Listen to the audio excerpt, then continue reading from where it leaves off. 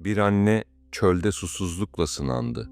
Bir baba oğlunu kurban etmekle emredildi ve bu teslimiyet insanlık tarihini değiştirdi. Ufuk boyunca uzanan çıplak tepeler insanın içine korku salan bir ıssızlıkla yükseliyor. Gece olduğunda ise bu kayalıkların arasını kapkara gölgeler dolduruyordu. Burası Mekke'nin o zamanlar tamamen terk edilmiş, kupkuru ve çorak vadisi olan Beka'ydı. İnsan ayağının neredeyse hiç değmediği, hiçbir kabilenin yaşamak istemediği bu vadi, ileride yeryüzünün en kutsal bölgesine dönüşecekti. Fakat o an için burası yalnızca susuzluğun, sessizliğin ve imtihanın hüküm sürdüğü korkutucu bir çölden ibaretti.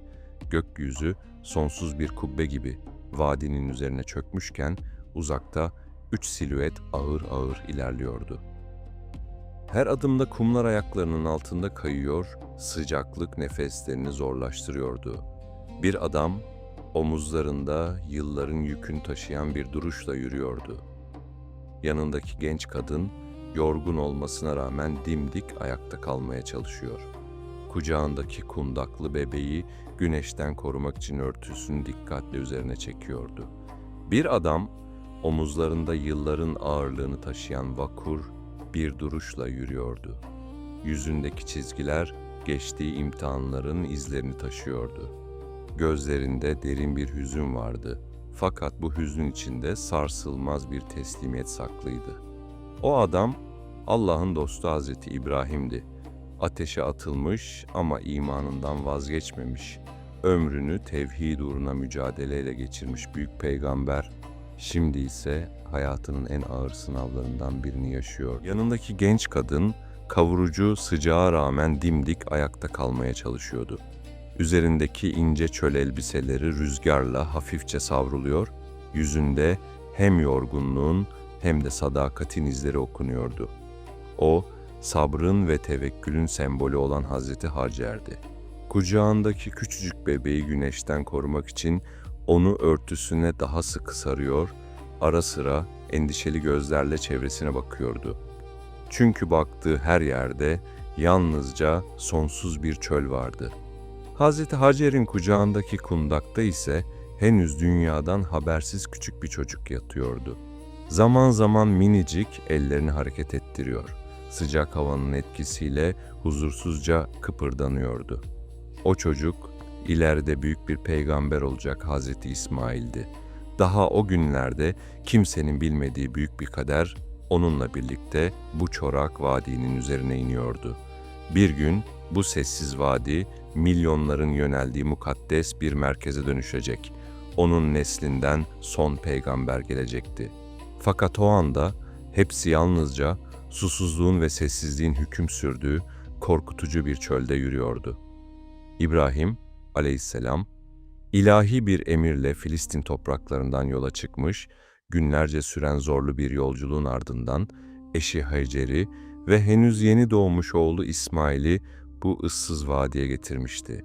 Yol boyunca kızgın güneş tepelerinde durmuş, geceleri ise soğuk çöl rüzgarları üzerlerinden geçmişti. Kayalık yollar ayaklarını yaralamış, susuzluk dudaklarını kurutmuştu.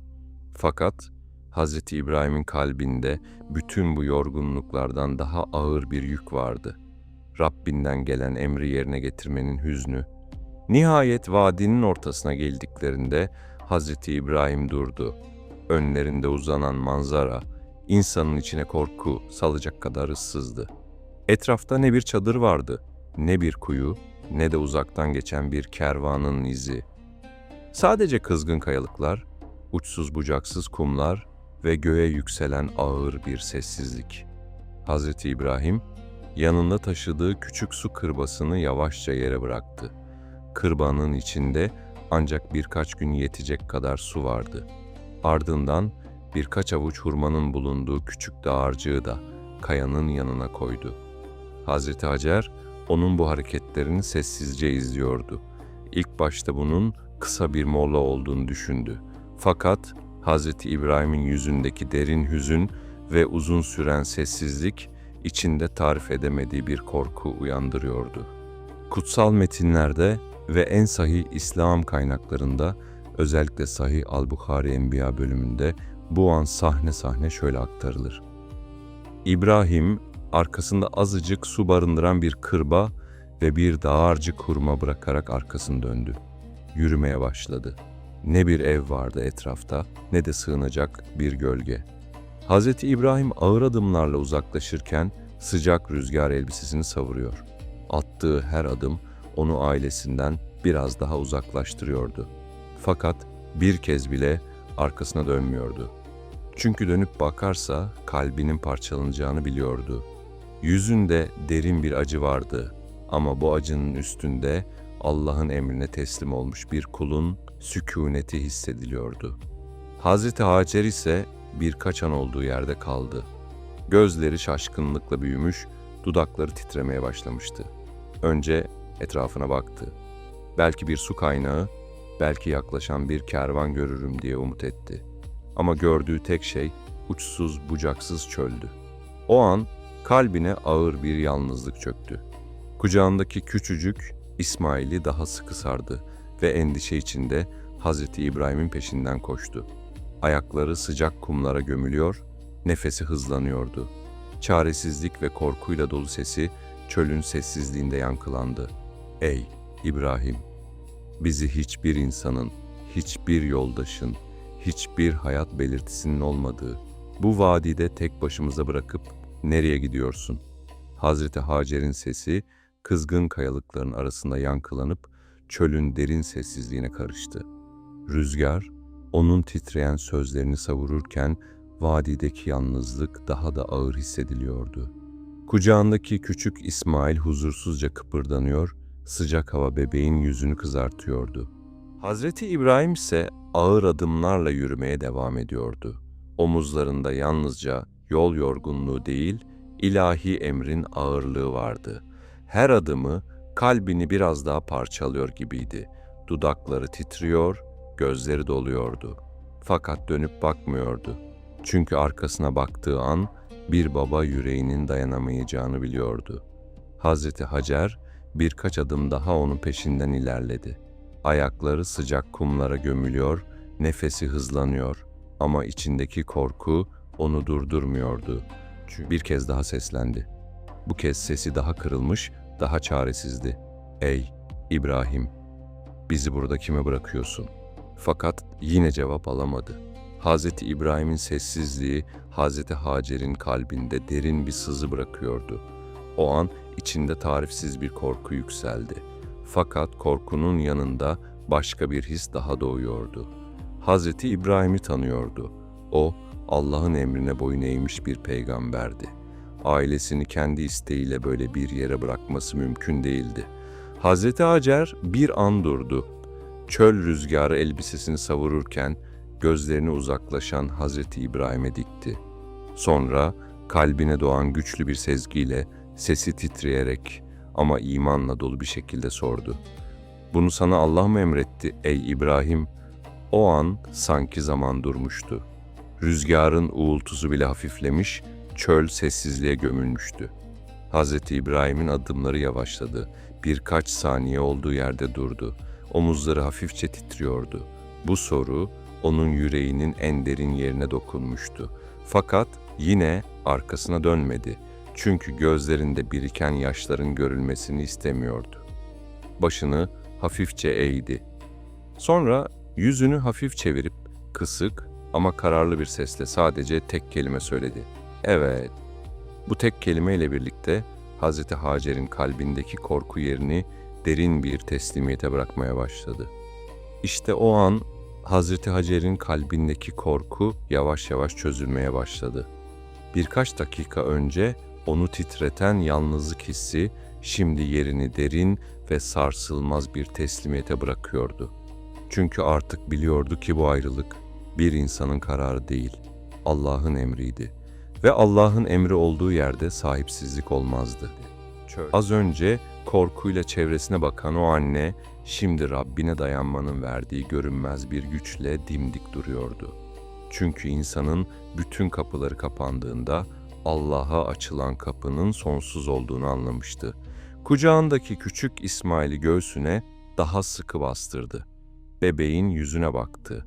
O küçücük bedenin bütün sorumluluğu artık onun omuzlarındaydı. Önlerinde ne bir su vardı, ne bir yiyecek umudu, ne de yardım isteyebilecekleri tek bir insan. Fakat buna rağmen kalbine garip bir huzur inmeye başlamıştı. Hazreti İbrahim uzakta küçülen bir silüet haline gelirken, Hazreti Hacer gözlerini gökyüzüne kaldırdı. Rüzgar örtüsünü hafifçe savuruyor, sıcak kumlar ayaklarının etrafında dönüyordu. O an içinde yükselen teslimiyet sıradan bir sabır değil, imanla yoğrulmuş çelik gibi bir tevekküldü. Sonra sakin ama kararlı bir sesle şöyle dedi: "Öyleyse Allah bize yeter. O bizi asla zayi etmeyecektir." Bu sözler çölün sessizliğinde yankılanırken sanki vadinin kaderi değişmeye başlamıştı. Çünkü o anda bir annenin kalbinden yükselen bu teslimiyet yalnızca kendi korkusunu bastırmıyor, kıyamete kadar gelecek müminlere de büyük bir iman dersi bırakıyordu. Hz. İbrahim ağır adımlarla vadiden uzaklaşmaya devam etti. Her geçen an arkasında bıraktığı eşi ve küçücük oğluyla arasındaki mesafeyi artırıyordu. Fakat kalbi hala onların yanındaydı. Çöl rüzgarı elbisesini savuruyor, sıcak hava nefesini yakıyordu. Attığı her adımda bir baba yüreğinin acısı daha da derinleşiyordu. Bir süre sonra Hazreti Hacer ve kundaktaki İsmail kızgın kayalıkların arasında küçücük silüetlere dönüştü. Ardından yavaş yavaş gözden kayboldular. Fakat Hz. İbrahim'in zihninde onların görüntüsü hala canlıydı. Issız bir vadide tek başına kalan bir anne, kucağında susuzluktan habersiz masum bir bebek ve etraflarında ölüm sessizliği taşıyan uçsuz bucaksız bir çöl, bir babanın merhameti, bir peygamberin teslimiyeti ve Rabbine duyduğu sonsuz güven vardı. Kalbi geride bıraktığı eşi ve oğlu için çarpıyordu. Onları koruyamayacağını biliyordu. Çünkü artık onları yalnızca Allah'ın rahmeti koruyabilirdi. Bu yüzden duasını bütün samimiyetiyle semaya yükseltti. Kur'an, Surah İbrahim 37. ayette ebedileşecek olan o muazzam duayı fısıldadı. Rabbimiz, ben zürriyetimden bir kısmını senin kutsal evinin yanında ekin bitmez bir vadiye yerleştirdim. Hazreti İbrahim'in gözleri vadinin üzerine çevrilmişti. Orada ne yeşillik vardı, ne su, ne de yaşam belirtisi. Toprak kupkuruydu. İnsan aklıyla bakıldığında bir annenin ve küçücük bir bebeğin yaşayabilmesi imkansız görünüyordu. Fakat Hazreti İbrahim Allah'ın emrine teslim olmuştu. Çünkü biliyordu ki Allah'ın istediği yerde çöl bile hayat bulurdu. Sonra duasına devam etti.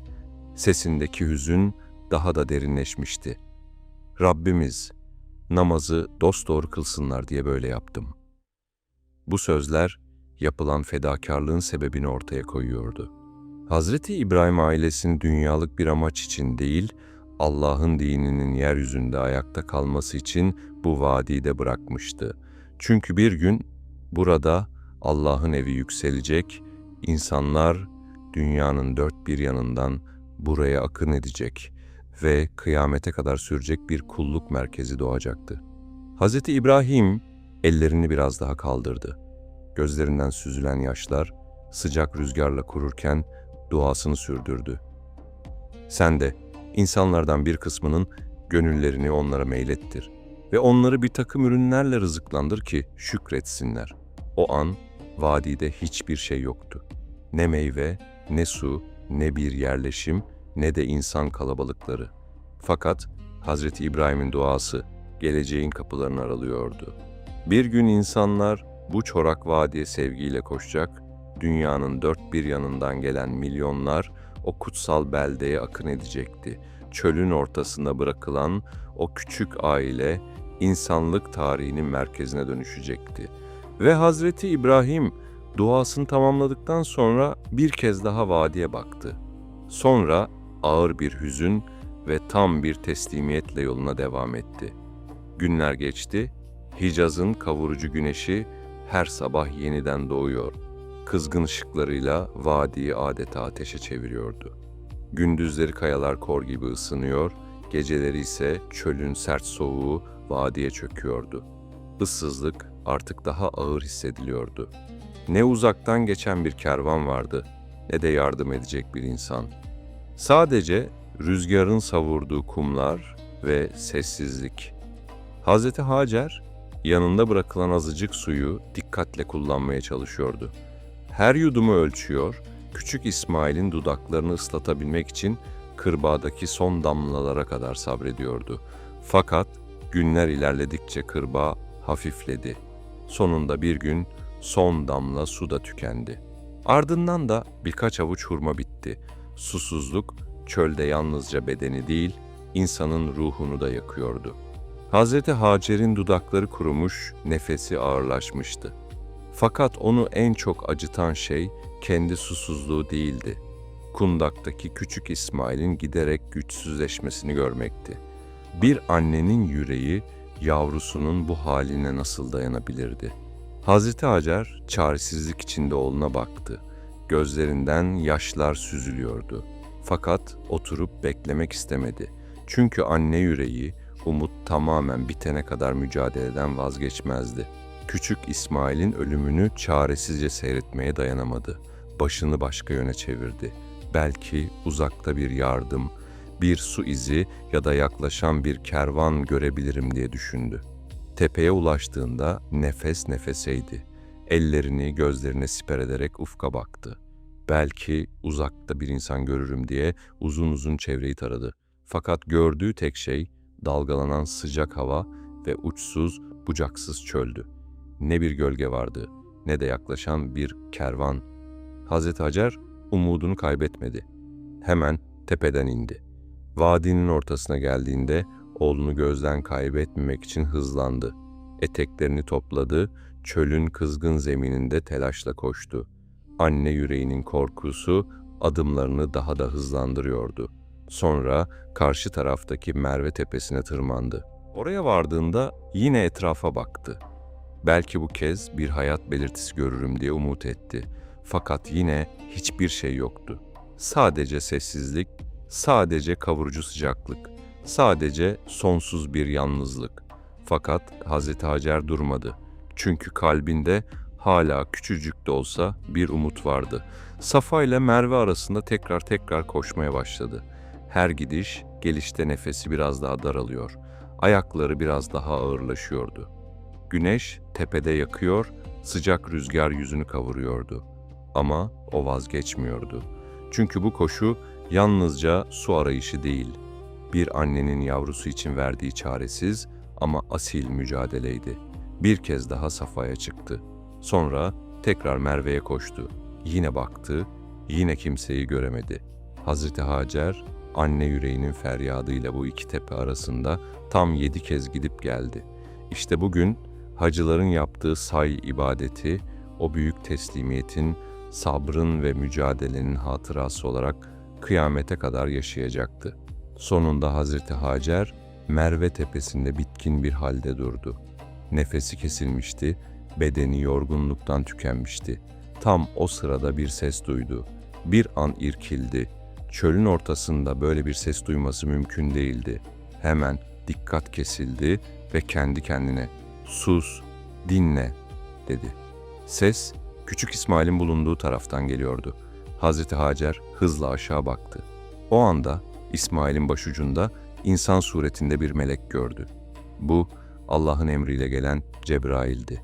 Melek ayağıyla, bazı rivayetlerde kanadıyla yere vuruyordu. Kurak ve taşlaşmış toprağın üzerinde küçük bir hareket oldu. Ardından bir anda çölün bağrından berrak bir su fışkırmaya başladı. Önce ince bir kaynak gibi çıkan su, sonra gürül gürül akmaya başladı. Çölün ölüm sessizliği içinde suyun sesi yankılanıyordu. O kurak vadide hayat doğuyordu. Hazreti Hacer gördüğü manzara karşısında şaşkınlık ve sevinç içinde ayağa fırladı. Hemen suya doğru koştu, ellerini suya daldırdı, avuçlarıyla toplamaya çalıştı çünkü suyun akıp gidip kaybolmasından korkuyordu. Hızla etrafını kumlarla çevirmeye başladı. Elleriyle küçük setler yapıyor, suyu bir arada tutmaya çalışıyordu. O sırada dudaklarından tarihe geçecek o sözler döküldü. Zem, zem, dur, toplan. İşte o an çölün ortasında yalnız bırakılan bir annenin teslimiyeti, insanlığa asırlar boyunca akacak bir rahmete dönüşüyordu. Asırlar sonra Muhammed sallallahu aleyhi ve sellem bu büyük mucizeyi anlatırken Hazreti Hacer'in o anki telaşını ve anne yüreğini rahmetle anacaktı. Sahabeye bu olayı aktarırken şöyle buyurdu: Allah İsmail'in annesi Hacer'e rahmet etsin. Eğer o suyu kendi haline bıraksaydı da önünü kapatmasaydı zemzem akar bir nehir olurdu. Çölün ortasında bir anda fışkıran o su yalnızca susuzluğu gidermek için gönderilmiş bir nimet değildi. O an Allah'ın rahmeti kupkuru toprağın bağrından adeta insanlığa hayat olarak doğuyordu. Hazreti Hacer titreyen elleriyle suyu avuçlamaya başladı. Önce dudaklarını ıslattı. Günlerdir süren susuzluk bedenini tüketmişti. Soğuk ve berrak su boğazından geçerken içine tarifsiz bir ferahlık yayıldı. Sonra hemen küçük İsmail'in yanına koştu. Avuçlarına aldığı sudan onun dudaklarına damlattı. Küçük çocuk sakinleşmeye başladı. Hazreti Hacer içtikçe bedenine yeniden güç geliyordu. Bir annenin tükenmiş bedeni Allah'ın verdiği bu rızıkla yeniden can bulmuştu. Çok geçmeden göğsüne süt inmeye başladı. Günlerdir susuzluk yüzünden kesilen sütü yeniden çoğaldı. Hazreti Hacer küçük İsmail'i bağrına bastı ve onu emzirmeye başladı. Çölün ortasında birkaç dakika önce ölüm sessizliği hakimken şimdi bir annenin gözyaşları, bir bebeğin huzuru ve akan suyun sesi vardı. Zayi olmaktan korkmayın. Şüphesiz burada Allah'ın bir evi vardır ki onu şu çocukla babası inşa edecektir. Allah kendi rızası için amel edenleri asla zayi etmez. Hazreti Hacer bu sözleri duyunca kalbindeki son korkular da dağıldı. Çünkü artık biliyordu ki bu vadi boşuna seçilmemişti. Günün birinde burada Allah'ın evi yükselecek, insanlar dünyanın dört bir yanından bu kutsal beldeye akın edecekti. Şimdi sessiz ve ıssız görünen bu çöl, ileride insanlığın kalbi haline gelecekti. Zemzem suyu akmaya devam etti. Günler geçtikçe suyun çevresinde hayatın ilk izleri görünmeye başladı. Çölde yaşayan kuşlar artık bu vadinin üzerinde dolaşıyor, zemzemin çevresinde konuyordu. Çünkü kuşlar suyu herkesten önce hissederdi. Bir süre sonra Yemen tarafından gelen Cuhubiler kabilesine mensup insanlar gökyüzünde dönen kuşları fark etti. Bu durum onları şaşırttı. Çünkü o vadiyi iyi biliyorlardı. Orada normalde su bulunmazdı. Kabiledekiler birbirlerine bakıp bu kuşlar boş yere dönmez. Demek ki orada su var dediler. Bunun üzerine vadinin olduğu yere doğru ilerlediler. Yaklaştıklarında gerçekten de suyun aktığını gördüler. Fakat onları daha da şaşırtan şey bu ıssız çölde yalnız başına yaşayan bir kadın ve kundaktaki küçük çocuktu. Hazreti Hacer'e yaklaşarak Zemzem'in yanına yerleşmek için izin istediler. Çünkü Arap geleneğinde bir yere yerleşmek için orada bulunan kişiden izin almak gerekirdi. Hazreti Hacer onların su üzerinde hak iddia etmeyeceklerini anlayınca yerleşmelerine izin verdi. Böylece o güne kadar ölüm sessizliği taşıyan vadiye ilk insan sesleri gelmeye başladı. Çadırlar kuruldu, ateşler yakıldı, develer konakladı ve çölün ortasında küçük bir hayat filizlenmeye başladı. İşte Mekke'nin hikayesi böyle başladı. Bir annenin teslimiyetiyle, bir bebeğin gözyaşıyla ve Allah'ın rahmet olarak gönderdiği zemzemle bu büyük mucizeyi anlatırken Hazreti Hacer'in o anki telaşını ve anne yüreğini rahmetle anacaktı. En büyük imtihan sadakat ve kurban, yıllar su gibi akıp geçti. Bir zamanlar zemzemin başında susuzluktan kıvranan küçücük İsmail artık büyümüştü. Çölün sert iklimi içinde yetişmiş, güçlü, dayanıklı ve vakur bir genç olmuştu. Cürhümiler arasında büyüyor, onların dilini konuşuyor, hayatlarını öğreniyordu. Cürhümilerden Arapça öğrenmiş, edepli, salih ve güzel ahlaklı bir delikanlı haline gelmişti. Mekke vadisi de artık eski halinde değildi. Zemzem'in çevresinde çadırlar çoğalmış, insanlar buraya yerleşmeye başlamıştı. Bir zamanlar ölüm sessizliği taşıyan o çorak vadi artık hayatın filizlendiği bir yurda dönüşüyordu. Develerin sesleri, insanların konuşmaları ve yükselen ateş dumanları vadinin yalnızlığını bozuyordu.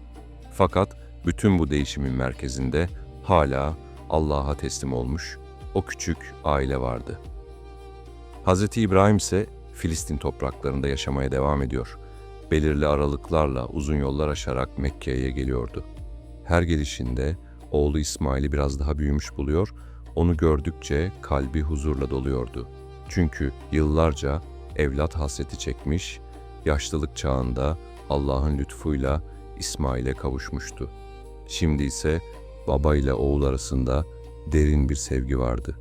Hz. İsmail babasına yardım ediyor, onunla birlikte yürüyor, birlikte çalışıyordu. Çölde beraber dolaşıyor, uzun sohbetler ediyorlardı. Hz. İbrahim, oğlunun vakkarına, sabrına ve teslimiyetine baktıkça Rabbine şükrediyordu. Çünkü İsmail yalnızca bir evlat değil, aynı zamanda Allah'ın büyük bir emanetiydi. Fakat Hz. İbrahim'in hayatı baştan sona imtihanlarla örülüydü. Nemrut'un karşısına çıkmıştı. Putları kırmıştı, ateşe atılmıştı, memleketinden sürülmüştü. Issız çöllerde Allah'ın emrine teslim olmuştu.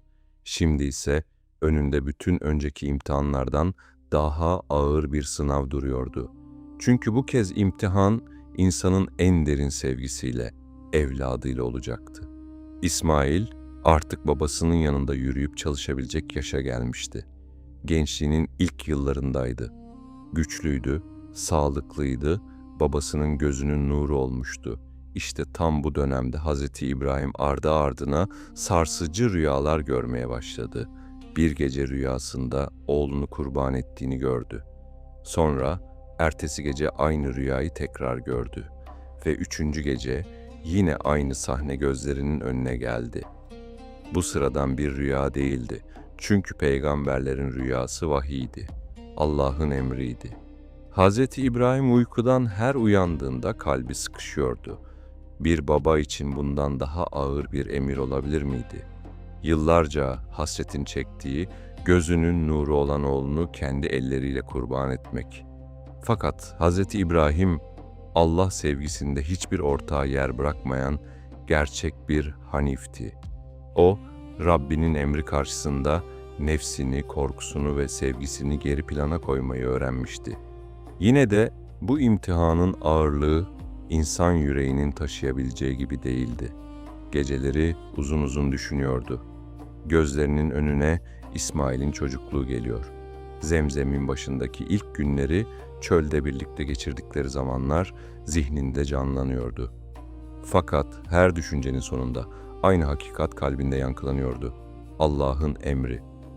Kur'an, Surah As-Saffat 102 ile 107 ayetleri, insanlık tarihinin en sarsıcı teslimiyet sahnelerinden birini anlatır. Bir gün Hz. İbrahim oğlunu yanına aldı. Mina vadisine doğru yürümeye başladılar. Çöl güneşi tepelerinde parlıyor, rüzgar kuru kumları ayaklarının etrafında savuruyordu. Baba ile oğul yan yana ilerliyordu. Hz. İsmail, babasının yüzündeki derin hüznü fark etmişti. Çünkü Hz. İbrahim normalden daha sessizdi. Uzun süre yürüdüler. Sonunda Hz. İbrahim durdu. Kalbi göğsünde ağır ağır çarpıyordu. Dudakları titredi. Çünkü şimdi söyleyeceği sözler, bir babanın söyleyebileceği en ağır sözlerdi. Hz. İbrahim oğluna baktı. Gözlerinde hem merhamet hem de teslimiyet vardı. Sonra yavaş ve titrek bir sesle şöyle dedi: "Yavrucuğum, rüyamda seni kurban ettiğimi görüyorum. Bir düşün, ne dersin?" Bir babanın yıllarca hasretini çektiği evladına böyle bir söz söylemesi. Bir evladın da babasının ağzından bunu duyması, normal şartlarda bu an insan yüreğinin parçalandığı andır. Dünya hayatındaki bütün bağların çözüldüğü, gözyaşlarının ve feryadın yükseldiği bir andır. Çünkü insan için evlat sevgisi yaratılıştan gelen en güçlü duygulardan biridir. Hele ki yaşlılık çağında verilen bir evlat söz konusuysa, Hz. İbrahim bu sözleri söylerken kalbi tarifsiz bir acıyla doluydu. Gözleri oğlunun yüzündeydi. Belki içinde küçücük de olsa bir umut vardı. Belki İsmail korkar, üzülür, geri çekilir diye düşünüyordu. Çünkü karşısında henüz gençliğinin baharında olan bir delikanlı duruyordu. Hayatının en güzel çağındaydı. Önünde uzun yıllar yaşayacağı bir ömür vardı.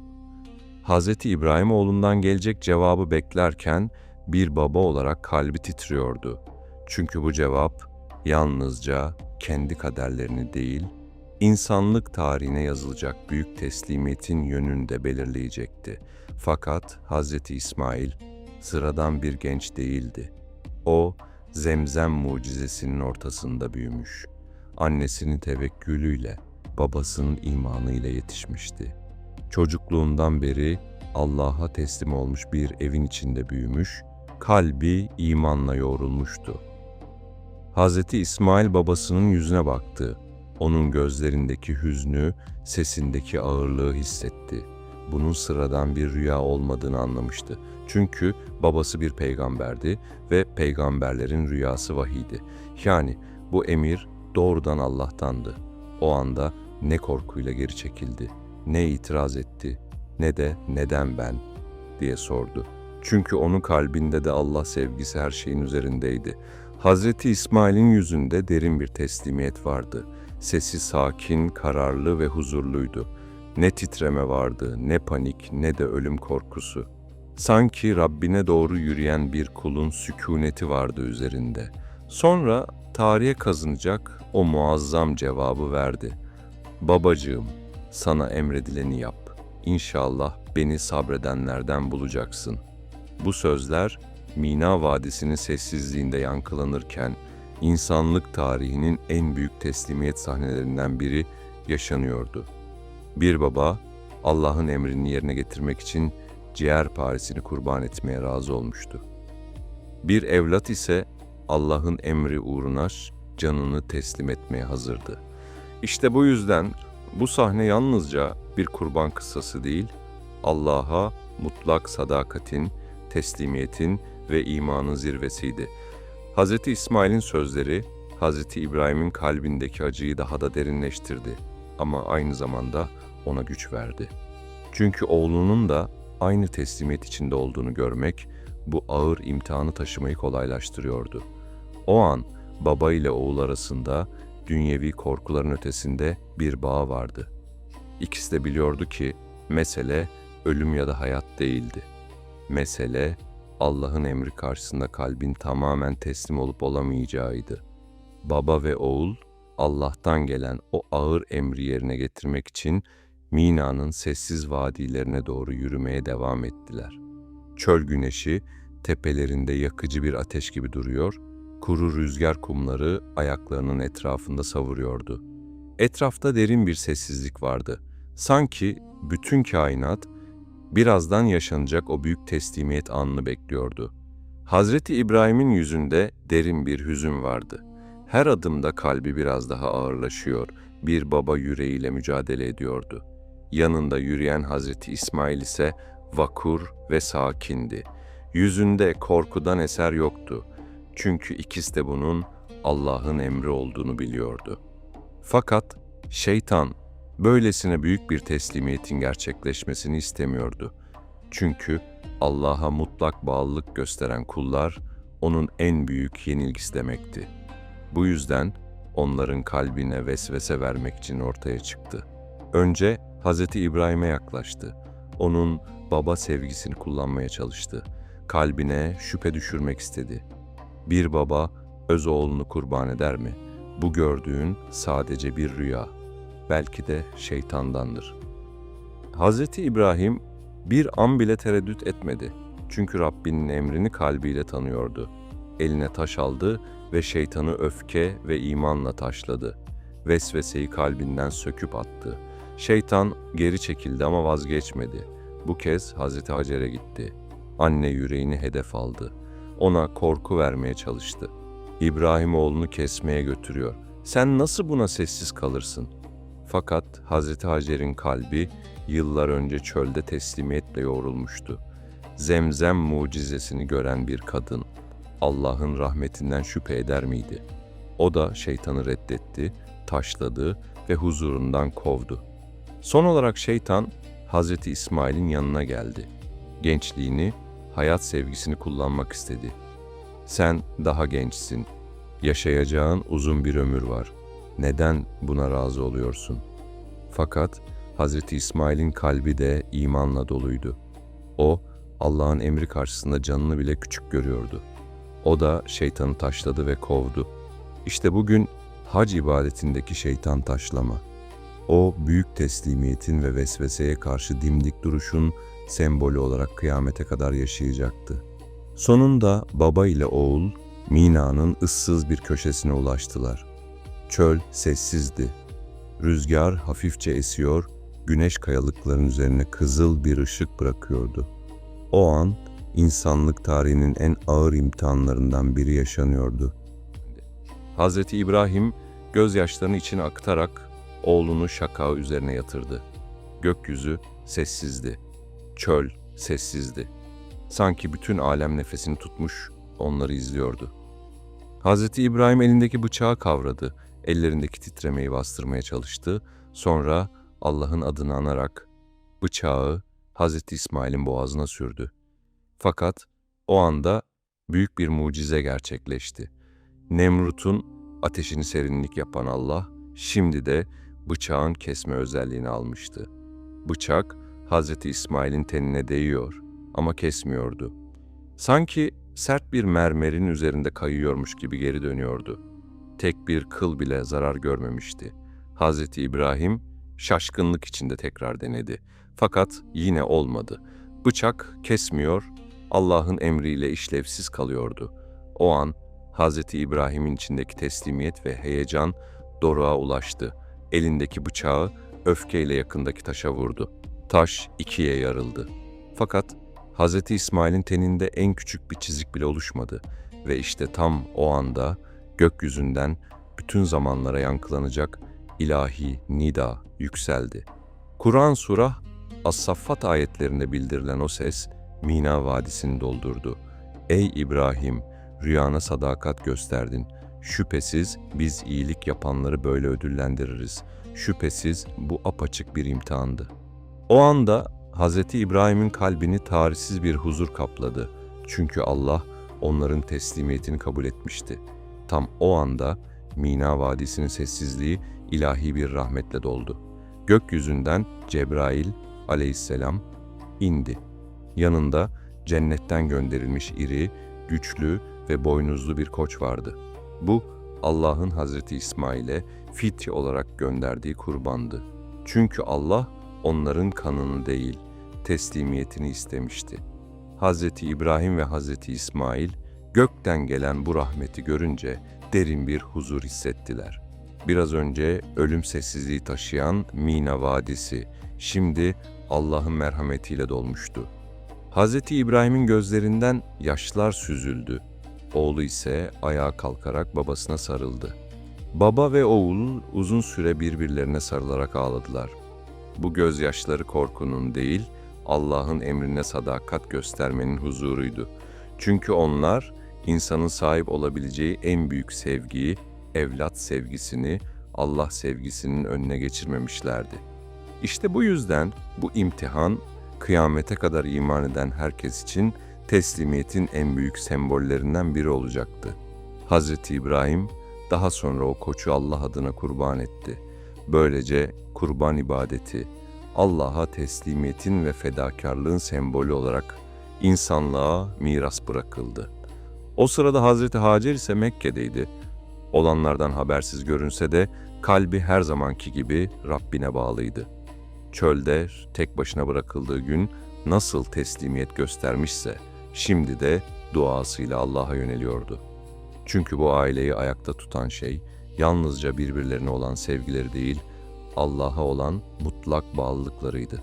Gerçekten de bu aile İslam'ın yani teslimiyetin ete kemiğe bürünmüş haliydi. Bir baba Allah için evladını feda etmeye razı olmuştu. Bir evlat Allah için canını teslim etmeye hazırdı. Bir anne ise Allah'ın rahmetine güvenerek bütün korkularını geride bırakmıştı. İşte bu yüzden onların hikayesi yalnızca geçmişte yaşanmış bir olay değil, kıyamete kadar sürecek bir iman dersi haline geldi. Kabe'nin inşası ve ebedi miras yıllar yeniden akıp geçti. Hazreti İsmail artık tamamen büyümüş, güçlü ve olgun bir adam olmuştu. Jurhum, Traybe arasında yaşamış, onların içinden biri gibi yetişmişti. Evlenmiş, Mekke vadisinde hayatını sürdürmeye başlamıştı. Hazreti Hacer ise uzun yıllar süren sabır ve teslimiyet dolu ömrünün ardından vefat etti. O, çölde yalnız bırakılmış bir anne olarak başladığı yolculuğunu Allah'ın rahmetine sığınmış saliha bir kul olarak tamamlamıştı. Hazreti Hacer, bugün Hicr İsmail olarak bilinen Kabe'nin hemen yanındaki Hicr, Hatim kısmına defnedildi. Bir zamanlar susuzluk içinde oğlunu kurtarmak için Safa ile Merve arasında koşan o annenin hatırası artık ebedileşmişti. Kıyamete kadar milyonlarca insan Kabe'yi tavaf ederken onun kabrinin etrafından geçecek, sa'i yaparken onun mücadelesini yeniden yaşayacaktı. Çölü sabrıyla yeşerten bir annenin hikayesi insanlığın hafızasına kazınmıştı. Aradan uzun yıllar geçtikten sonra Hazreti İbrahim yeniden Mekke'ye geldi. Artık büyük bir görev için zaman gelmişti. Allah, yeryüzünün en kutsal merkezinin yeniden inşa edilmesini istiyordu.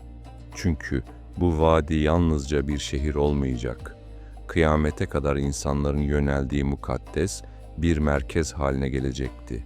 Hazreti İbrahim oğluyla buluştuğunda yüzünde hem yaşlılığın izleri hem de büyük bir heyecan vardı. Sonra Hazreti İsmail'e dönerek şöyle dedi: "Ey İsmail, Allah bana burada bir ev yapmamı emretti." Hazreti İsmail hiç tereddüt etmedi. Tıpkı kurban imtihanındaki gibi teslimiyetle cevap verdi. "Babacığım, Rabbinin emrini yerine getir. Ben de sana yardım edeceğim." Böylece baba ve oğul Allah'ın evini inşa etmek için çalışmaya başladılar. Kur'an, Surah Al-Bakara 124 ile 127 ayetleri bu kutlu inşayı insanlığa anlatır. Kabe'nin temelleri eski yerinden yükseltilmeye başlandı. Hazreti İsmail çevredeki kayalıklardan büyük taşlar taşıyor, güçlü omuzlarıyla babasına yardım ediyordu. Hazreti İbrahim ise taşları tek tek yerleştiriyor, duvarları örüyordu.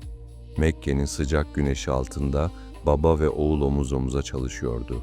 Eller taşlardan nasır tutuyor, alınlarından ter damlıyordu. Fakat kalpleri huzur doluydu. Çünkü onlar sıradan bir bina yapmıyordu.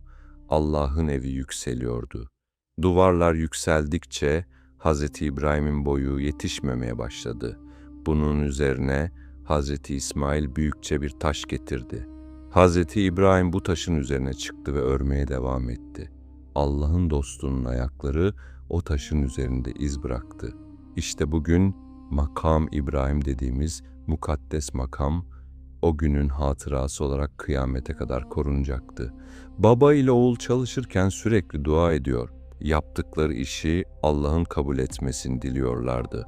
Çünkü onlar için önemli olan yalnızca binayı yükseltmek değil, Allah'ın rızasını kazanmaktı. Kabe'nin duvarları yavaş yavaş yükseliyordu. Mekke'nin kavurucu güneşi altında baba ile oğul durmadan çalışıyordu.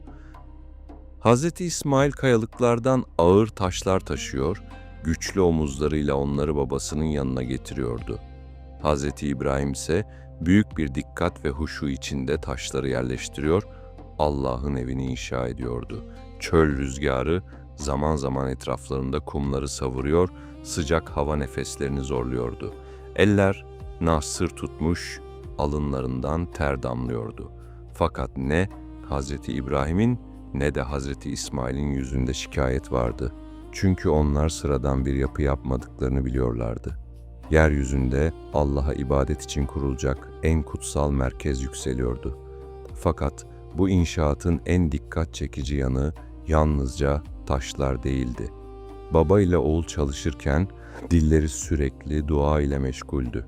Her taşı yerleştirirken kalplerini Allah'a çeviriyor.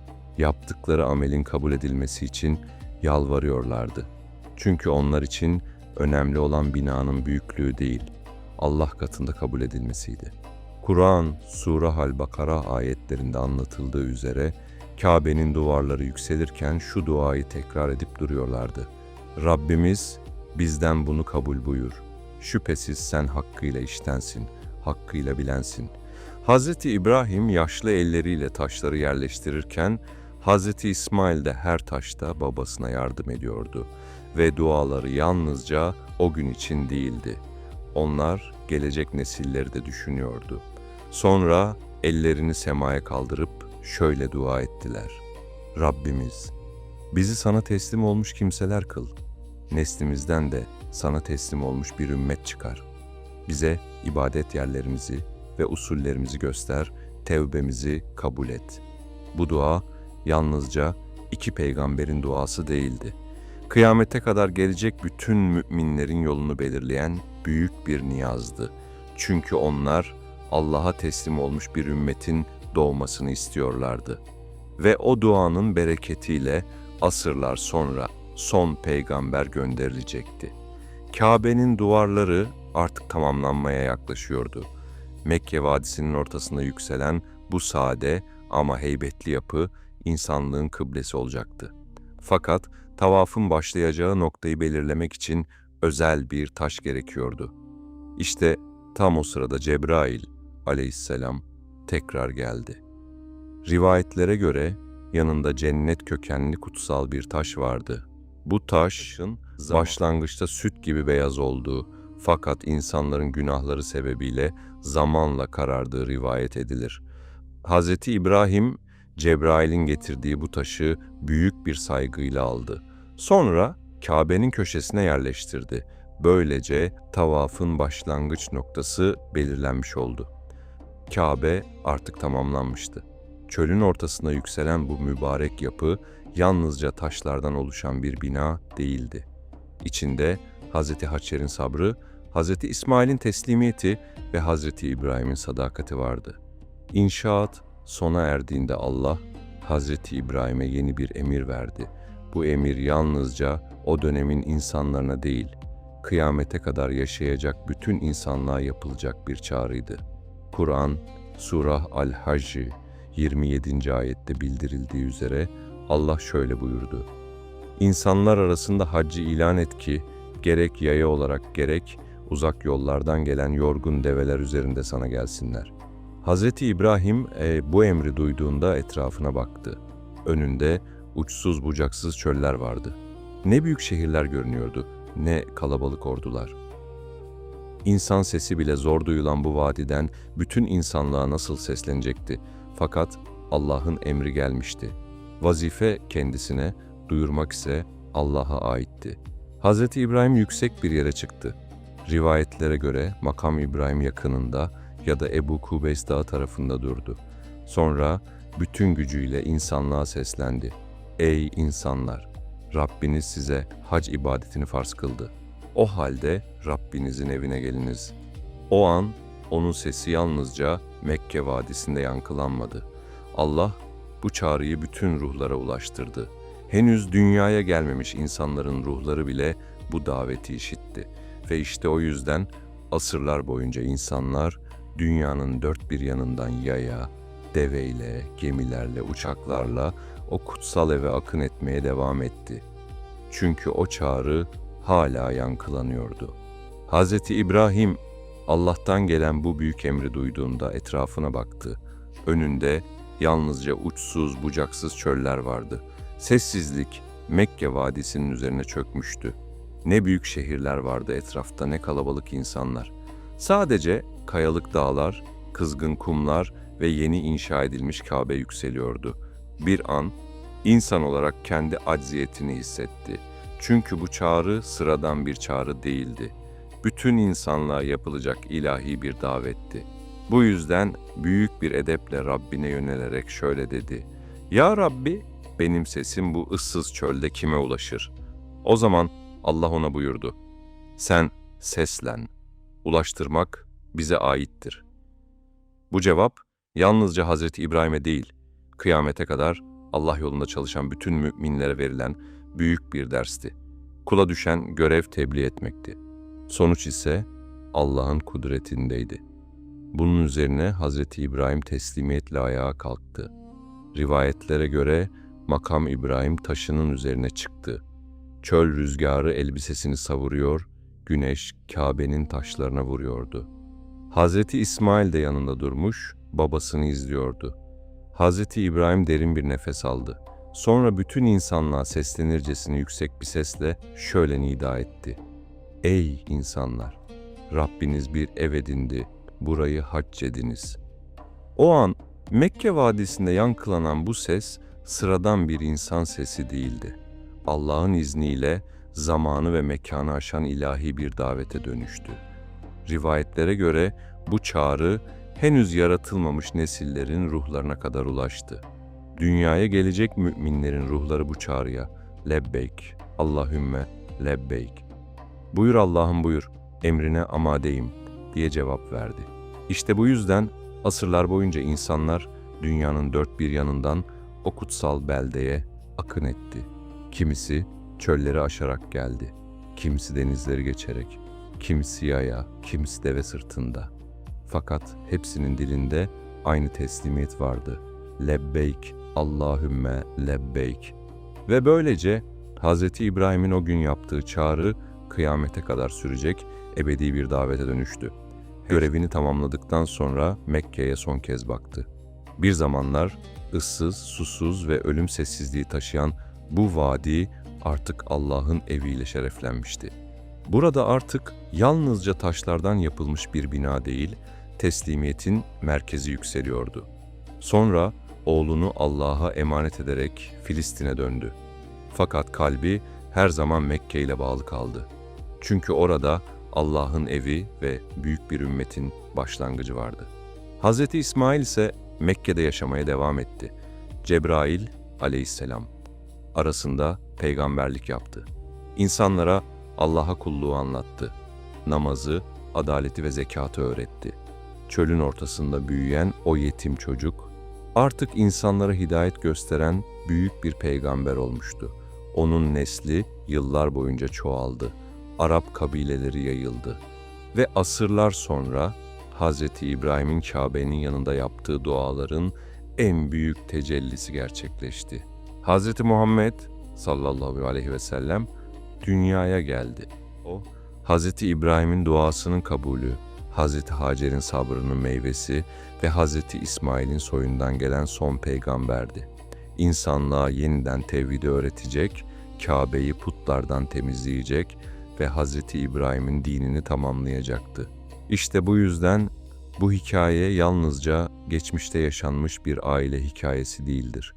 Bu hikaye bir babanın Allah uğruna her şeyini feda edebilecek kadar güçlü imanının, bir annenin çölde tek başına bile Rabbine güvenmekten vazgeçmeyen sabrının ve bir evladın ölüm karşısında bile teslimiyeti bırakmayan sadakatinin hikayesidir. Bu yüzden onların hayatı insanlık tarihinin en saf ve en gerçek destanlarından biri oldu. Ne bir efsane, ne bir mitoloji, ne de insan hayalinin ürünü bir kurgu. Bu kıssa vahyin ışığında şekillenmiş ebedi bir hakikatti ve bugün hala milyonlarca insan Kabe'nin etrafında dönerken, Safa ile Merve arasında koşarken, zemzem içerken ve kurban keserken aslında Hz. İbrahim, Hz. Hacer ve Hz. İsmail'in teslimiyetini yeniden yaşamaktadır.